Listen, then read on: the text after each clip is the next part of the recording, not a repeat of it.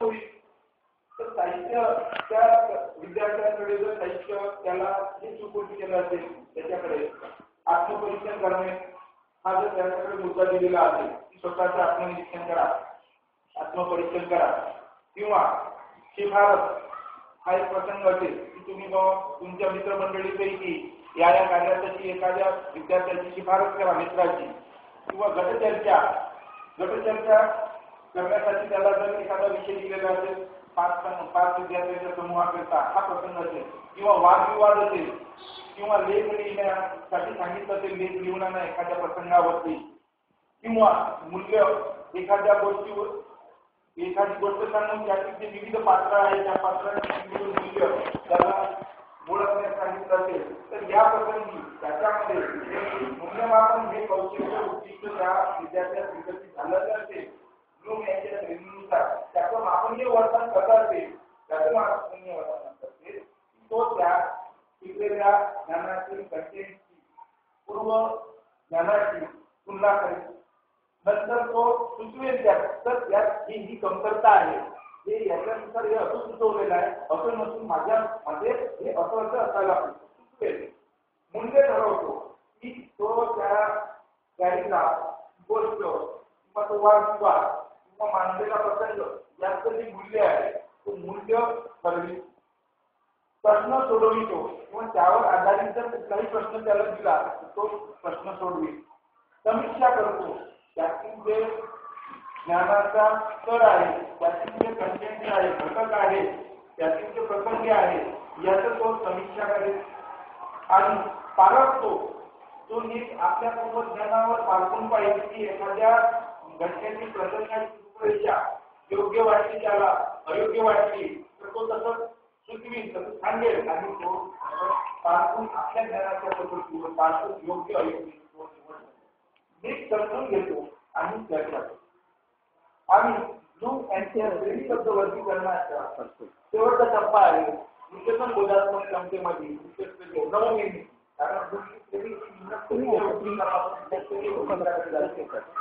त्यामध्ये किंवा नवनिर्मिती शेवटचं दिसत आहे की सृजनशीलता नवनिर्मिती ही जर त्या विद्यार्थ्यात विकसित व्हावायची असेल किंवा विकसित झाली असेल तर त्याचं उपयोजन तो कसं करेल, त्याचं वर्तन मापनीय कसं असेल तर साहित्य दिलेलं आहे. प्रसंग आहे प्रयोग, गीत, अहवाल, प्रयोग विज्ञानाच्या संदर्भात खेळ त्याचा शारीरिक शिक्षणाच्या संदर्भात गीत मराठीच्या संदर्भात असू शकते, अहवाल इतिहासाच्या संदर्भात असू शकतो, कविता सुद्धा आठीच्या स्वरूपात, गद्य, मनन, निर्मिती विज्ञानाच्या स्वरूपात असू शकतो, कला, शोध, नाटक, नियम इत्यादी प्रसंग त्या बाबतीत अध्ययन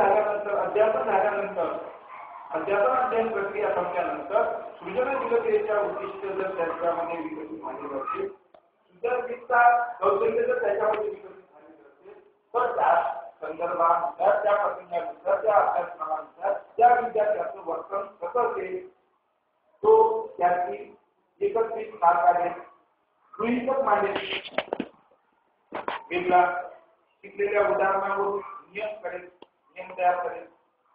10 उदाहरण शिकल्यानंतर नियम तयार करेल, त्यानंतर रचना करेल. कविता असेल, कविता सरांनी ज्या मांडणीत त्याला म्हणून दाखवली तो त्या मांडणी वेगळ्या प्रकारे करू किंवा त्याची चाल वेगळी बसू शकेल. नवीन गोष्टींचा आरंभ करतो तो त्या शिकलेल्या ज्ञानावर. जसा रसायनशास्त्राच्या बाबतीत त्यामध्ये रासायनिक अभिक्रिया शिकला असेल तर या रसायनामध्ये हे रसायन टाकल्यानंतर त्याची फलनिष्पत्ती होते, रीत तयार होते किंवा हा वायू तयार होतो तर त्याचा तो उपयोग त्यातील कंटेंट रसायनिक दुसरे त्याला पॅरलल वापरून तो दुसरं काही नवीन निर्मिती करता येते का असा तो प्रयास करेल. म्हणजेच त्याच्यामध्ये नवनिर्माण आहे, सर्जनशीलता आहे, नवनिर्मिती हे उद्दिष्टापर्यंत तो पोहोचतो आहे, प्रयास करतो आहे, हे कौशल्य त्याच्यामध्ये विकसित झालं आहे असं आपल्याला म्हणतात. मूळ कल्पनेचा आराखडा तयार करतो.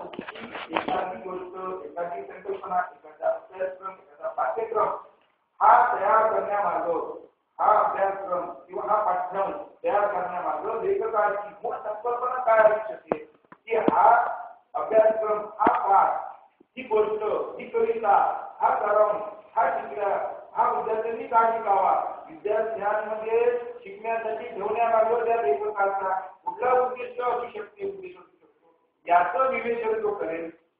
त्याच्यामध्ये सर्जनशीलता, सृजनशीलता, नवनिर्मिती, उद्दिष्ट जर त्याच्यामध्ये कौशल्य जर विकसित झालं असेल तर, आणि सूत्र तयार करतो मी सांगितलं, शिकलेल्या उदाहरणाच्या आधारे तो सूत्र तयार करतो. म्हणजे जे शिकलेलं ज्ञान आहे, त्यांनी जे घेतलेलं ज्ञान आहे आणि त्याच्याजवळ असलेलं पूर्वज्ञान याची तो एक